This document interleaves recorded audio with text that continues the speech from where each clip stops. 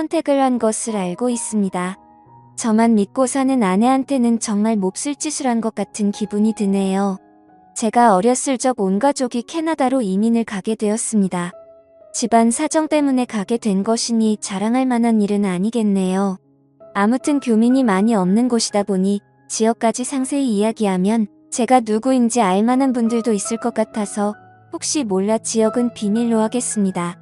캐나다 북쪽 어디쯤이고 교민 수는 그렇게 많지 않으며 눈이 아주 많이 오는 곳입니다. 개인적인 상황이라 딱히 말씀드릴 필요까지 있는가 싶지만 이민 후 생활은 딱히 좋을 건 없었습니다. 아무래도 한국에서 고생을 한 게 있었기 때문일까 어머니는 이민 생활 시작 후 다른 사람을 만나 눈이 맞아서 야반도주를 했습니다. 아직까지 연락 한 통 되지 않고요.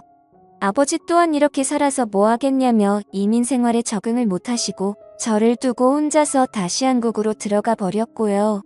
제 나이 24살에 가족들에게 버림받고 혼자서 살아가게 되었습니다. 말씀드렸다시피 교민들이 많은 지역이었지만 그때는 한국 사람이 참 싫었습니다. 저를 이역만리 타국 땅에 오게 만든 사람들 와서도 저를 버리거나 저를 배신한 사람들 뿐이었으니 그럴만도 했죠. 그래서 최대한 한 명의 한국 사람들이라도 피해가며 살기 위해서 자금이 생길 때마다 조금씩 교민들이 사는 지역에서 멀어지기 시작했습니다. 그러다 보니 어느 깊숙하고 한적한 시골 동네까지 다다르게 되었네요. 2년 전에 직장에서 한 여자를 알게 되었습니다. 그녀는 제가 저 스스로를 고립시키게 만든 한국 사람이었습니다. 제가 싫다고 느꼈던 감정은 10년이 가까운 세월이 지나고 나니 변해 있었습니다. 아니, 외로움과 그리움을 많이 느꼈던 걸까요? 당시 저보다 7살이나 어린 그녀였지만 그렇게 정서도 공유하고 말도 자연스럽게 통하는 사람을 만나게 되니 서로가 자연스럽게 서로에게 끌리기 시작했습니다. 그렇게 그녀와 가까워지게 되었어요. 연애를 시작한 지 얼마 되지 않고부터는 그녀와 제가 한 집에서 동거를 시작하게 되었고 결혼을 약속하게 되는 사이까지 발전하게 됩니다. 식을 올리지 않아서 그렇다 뿐이지 이미 그녀와 제가 한 집살림을 하면서 저희는 부부와 다름이 없었습니다. 언젠가부터 주변 사람들에게 그녀를 동거인이 아닌 저의 아내라고 소개를 하고 있었지요. 어느 날 퇴근을 하고 집에 들어오니 저보다 먼저 퇴근을 했던 아내가 누군가와 영상통화를 하고 있었습니다. 입고 있던 외투를 벗으며 슬쩍 아내의 핸드폰을 바라봤는데 핸드폰 안에서 아내와 대화를 나누고 있던 사람이 엄청난 미인이었습니다. 나이는 저와 살짝 비슷하거나 많아 보이기는 했지만 작은 전화기 화면 너머로 보이는 미모는 솔직히 말했을 때도 제 아내보다 훨씬 화려하고 아름다워 보였습니다. 누구보다 눈이 많이 오는 캐나다에 어울리는 창백하다 생각이 들 만큼 투명한 피부. 그리고 그 피부를 더 새하얗게 보이게 만드는 어깨 뒤로 늘어뜨린 긴 검정색 생머리. 저도 모르게 시선을 떨쳐낼 수가 없더라고요. 그렇게 통화하는 아내 곁을 떠나지 못하고 있는데 아내가 아빠는 잘 지내? 하면서 아버지의 안부를 묻고 있으니 그녀의 사촌 언니 정도로 생각을 했습니다. 왜냐하면 제 아내한테 형제가 없는 건 제가 이미 알고 있었거든요. 그런데 그 말을 들으니 제가 아내에 대해서 모든 걸 알고 있다고 생각했는데 그녀의 가족 구성원조차 모르다니 내가 아는 게 아무것도 모르는구나 하는 생각이 들었습니다. 이윽고 통화를 마친 아내가 저에게 다가왔어요. 아내에 대해서 좀 더 잘 알아가야겠다 반성하던 차였으니 아내에게 방금 통화한 사람이 누구냐고 물어봤습니다. 그때까지도 저는 전화기 속 그녀의 미모에 반해 있긴 했지만 핵심을 갖거나 할 생각은 없었고 순수하게 아내를 알아가기 위해서 물어본 것이었거든요. 그런데 아내의 대답에 저는 더 이상 핵심을 가질 수도 없는 사람이란 걸 알게 되었습니다. 저에게 놀라지 말라고 하면서 방금 자기랑 통화한 사람은 다른 사람이 아니고 자기 엄마라고 하더라고요.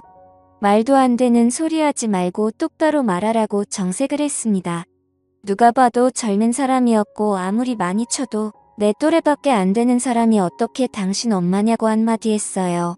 아무리 시집을 일찍 갔고 20살이 되자마자 아내를 가졌다고 해도 50이 가까운 나이일 텐데 아무리 봐도 나랑 비슷하거나 조금 더 어리거나 한 사람이 당신 엄마일 수가 없다고 했습니다. 그런데 아내는 제 반응에 재밌다는 듯이 웃더니 그 자초지종을 설명해 주었습니다. 아내는 할아버지 밑에서 자라왔다고 합니다. 친어머니는 자신이 어릴 때 돌아가셨다고 하고요. 아내가 대학교 입학을 준비하기 위해 봤던 과외가 있었는데 지금 엄마는 그때 자기를 가르쳐주던 과외 선생님이랍니다. 언젠가부터 두 사람이 부쩍 가까워지더니 자기가 대학교에 합격하고 나서는 아버지가 과외 선생님이었던 지금의 엄마와 재혼을 하기로 했다 통보했다더군요. 또래의 새어머니를 맞으면 기분이 어떨까 했는데 아내도 아버지가 혼자서 오랫동안 외로워하는 걸 봐왔고 새어머니인 그녀조차도 같이 동고동락하며 대학교 입시를 준비하는 걸 도와줬던 사람이었으니 그렇게 거부감이 들지 않았다고 하더라고요. 오히려 아버지의 재혼을 환영해줬다고 합니다. 그리고 새어머니인 그녀도 아내를 사랑으로 감싸주었고 친구이자 언니이자 엄마로 재혼 후에도 아내에게 지극정성이었다고 말해주더군요. 아내도 저희 말에 우리가 같이 한 지가 벌써 몇 년인데 이런 개인사도 말을 안 했다니 세상 미안하다며 다시 전화기를 들어 자기의 새 엄마를 저에게 소개시켜 주었습니다. 작은 핸드폰 너머로 보이는 그녀의 모습은 아까 봤던 대로 정말 아름다웠습니다. 이번에는 먼 발치가 아니라 코앞에서 보고 있는데 요즘 핸드폰 화질이 좋다 보니 코 위에 있는 점까지 또렷하게 보이더군요. 그녀가 눈웃음을 치는데 저도 모르게 속에서 뭔가 불타오르는 게 느껴졌습니다. 그녀를 장모님이라고 부르려는데 입이 잘 떨어지지가 않았습니다. 인정하기 싫다기보다도 저와 비슷한 나이대의 여자에게 그런 호칭을 써도 되는가 싶은 생각이 더 컸어요. 아내는 저녁 준비를 하고 있을 테니 자기 엄마하고 통화 좀 하고 있으라고 하고는 주방으로 향했습니다. 어색해져서 전화를 끊어야 하나 말아야 하나 하고 있는데 전화기 너머 장모님도 알 수 없는 미소를 지으며 저를 바라보고만 있었습니다. 두 사람 사이에 그 어떤 말이 오가지 않았지만 저는 그녀에게 집중을 할 수밖에 없었습니다. 그녀의 앙담은 입술과 지을듯 말듯 티도 안 나게 미소 짓고 있는 모습과 그 눈빛에 저도 모르게 그녀에게 거역을 할 수 없겠다는 생각을 했기 때문입니다. 정말 두 사람 사이에 서로 말 한마디 오가지 않았지만 어색함에 조금 불편함을 느끼던 차였습니다. 아내가 저녁 준비가 끝났다고 이제 그만 전화를 끊고 오라고 하더군요. 식사 때문에 정중하게 이만 전화를 끊겠다고 말하는데 그녀가 저를 불러 세우며 저의 개인 연락처를 물었습니다. 조금 의아했는데 아내가 가끔씩 전화를 안 받을 때가 있어서 걱정이 되고는 하니 비상 연락망 정도의 느낌으로 물어보는 거라 해서 설명하더라고요.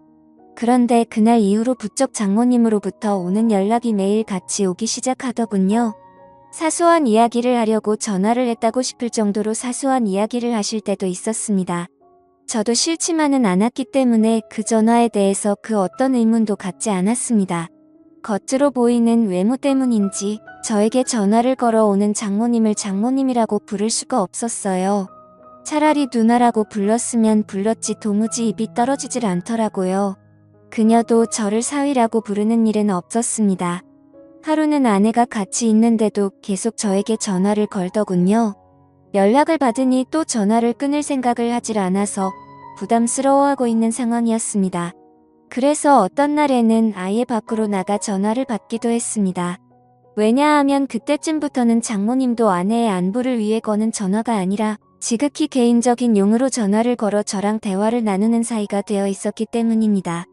남들 들려주기에는 조금 민망한 대화를 나누고 있었기에 아내가 잠깐 뭔가 준비하는 틈을 타서 밖에 나가서 다시 전화를 받았습니다. 한참 장모님이 전화기 너머로 하는 말에 정신이 빠져 한참 열이 올라 있는 상황이었는데 아내가 뒤에서 저를 툭 치더라고요. 깜짝 놀라서 정말 그 자리에서 쓰러질 뻔했습니다. 아내가 누구랑 통화를 하길래 밖에서 전화까지 하고 있냐는 말에 당황을 했어요. 재혼한 젊고 예쁜 너네 엄마라고 말을 솔직하게 해줘야 하나 그런 고민을 하고 있는데 장모님이 자기가 해결하겠다고 아내를 바꾸랍니다. 저는 이제 다 들켜버린 거구나 하고 망했다는 생각을 하고 조마조마해하고 있었습니다. 전화를 넘겨받은 아내도 처음에는 조금 심각한 표정이었는데 전화를 받고 얼마 지나지 않아서 얼굴이 활짝 피더라고요. 저는 오히려 더 의심을 사지 않을까 했는데 장모님이 무슨 말을 해서 아내의 기분을 저렇게 좋게 만든 건가 싶었습니다. 저는 두 사람이 무슨 이야기를 하는지 알 방도가 없으니 답답하기만 했어요. 통화가 끝난 건지 아내가 저한테 전화기를 건네줬고 저한테 어떻게 말도 없이 그럴 수 있냐고 묻더라고요. 장모님이 무슨 이야기를 했는지 모르는 상황에 아내 입에서 나온 말에 저도 억장이 무너지는 것 같았습니다. 이제 다 끝났구나 싶었는데 아내가 저를 와락 안아줬어요. 어떻게 돌아가는 상황인지 모르니 당황스러웠는데 아내가 기뻐하면서 하는 말이 장모님이 대충 전화로 저와 아내의 결혼식에 대해서 물어봤다는 말을 했다고 하더라고요. 그리고 일단 캐나다에서 작게 결혼식을 올리는 게 어떻겠냐며 장인어른과 장모님이 캐나다에 방문을 하겠다고 했어요. 아내는 들떠서는 기뻐하며 저보고 속이 깊은 사람이라고 했습니다. 제가 아내가 친엄마처럼 여기던 사람과 전화로 뭘 했는지도 모르고 그렇게 기뻐하는 모습을 보니 미안해까지 했어요. 아내는 캐나다에 살면서 젊은 시절에 웨딩드레스 입는 건 포기하고 있었는데 정말 고맙다며 엄청 감동한 눈치였습니다. 왜냐하면 제가 군입대 때문에 다시 한국으로 들어가기 조금 어려운 상황이라 한국에 들어갈 방법이 따로 없어서 가지고요. 아무튼 그렇게 갑작스럽게 결혼식을 준비하게 되었고 몇 달 지나지 않아서 장모님과 장인어른이 비행기를 타고 이 지역으로 도착하게 되었습니다. 아내는 오랜만에 가족들을 만난다는 생각에 기분이 한층 업되었고요. 저는 하지만 속으로 오만 가지 생각이 들었습니다. 장모님이 또 어떤 돌발 행동을 해올지 몰랐으니까요. 공항에서 실물로 처음 만난 장모님은 손바닥만한 전화기 화면 속에서 보던 것보다 훨씬 아름다웠습니다. 키도 크고 화장이 진하긴 하지만 그만큼 더 새하얀 피부가 강조되었어요. 제가 좋아했던 검은색 머리는 파마를 해서 두꺼운 웨이브를 지게 만들었더라고요. 하지만 도무지 10시간이 넘는 장거리 비행을 하고 도착한 사람이라고는 생각이 들지 않을 정도로 장모님은 아름다웠습니다. 아내가 아무리 장모님을 언니이자 엄마로 생각한다고 한들 친아버지인 장인어른만큼은 아니었나 봐요. 공항에서부터 계속 아내는 아버지 옆에 달라붙어 떨어질 생각을 하지 않았습니다. 덕분에 어디를 가더라도 어디를 걷더라도 제 옆에는 항상 장모님이 같이 있었고 그만큼 저는 장모님과 또 시간을 보내게 되었어요. 두 사람이 못 듣는다는 걸 확신하는 자리에서는 장모님이 저를 실제로 보니 어떻게 해주고 어떻게 해버리고 싶다 뭐 이런 식으로 짓궂은 농담을 하는데 정말 저도 부끄러워서 고개가 들어지지 않더라고요. 두 사람은 두 달이라는 꽤나 긴 장기 일정으로 놀러 오게 되었습니다. 그동안에 결혼식 준비며 본식도 올리고 있는 만큼 여기 구경도 하다가 가려던 계획이었던 것 같아요. 처음 2주는 시차 적응 때문에 아무것도 못하더라고요. 새벽 출근이 있어서 일찍 일어나서 보면 1층 거실에서 창밖을 바라보고 있는 장모님을 매번 마주치게 되었습니다. 물론 집안에 모두가 있었기 때문에 저도 그만큼 조심조심해야 했어요. 장모님도 그걸 아는지 살짝 다가와 제 손을 잡는 것 말고는 아무것도 하지 않았습니다. 그리고 두 사람이 시차 적응이 완전히 끝난 첫 주말이었습니다. 밖에 대설주의보가 내려와 있는데도 아내는 가족들과 나들이를 가고 싶다고 하더라고요. 장모님은 몸 상태가 조금 안 좋다고 해서 집에 쉬게 되었고 저는 아내와 장인어른을 따라 밖에 나오게 되었습니다. 차로 한 20분쯤 이동했을 때 장모님한테서 아내에게 전화가 왔어요. 눈도 많이 온다고 하고 혼자 있는 게 조금 무서워서 그런데 그냥 오늘 나가지 않으면 안 되냐고요. 아내가 아쉬워하는 분위기였지만 나는 수없이 차를 돌려서 돌아오기로 정하려고 하던 찰나였습니다. 아내가 집에다가 저를 내려줄 테니 저라도 집에 있어달라고 하더라고요. 아버지랑 꼭 나가고 싶다고 하면서요. 그때 저는 속으로 그날 무슨 일이 나도 나겠다는 예감을 하게 되었지만 딱히 그러지 않겠다는 말도 하지 않았습니다. 집에 오는 길에도 눈발이 꽤나 날리기에 집에 도착하면 아내가 그냥 나가지 말자고 할 수도 있겠다는 생각을 했는데 그렇지 않았어요. 정말 저를 내려주고 두 사람은 다시 출발하더라고요.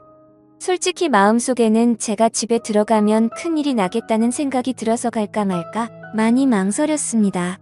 그런데 눈이 너무 내려서 결국 집으로 들어갈 수밖에 없었어요. 집 안에 들어가니 장모님은 거실 소파에 누워서 잠에 들어 있었습니다. 잠자는 모습이 참 아름답더라고요. 그래도 이렇게 주무시고 계시니 다행이다라는 생각이 들었습니다.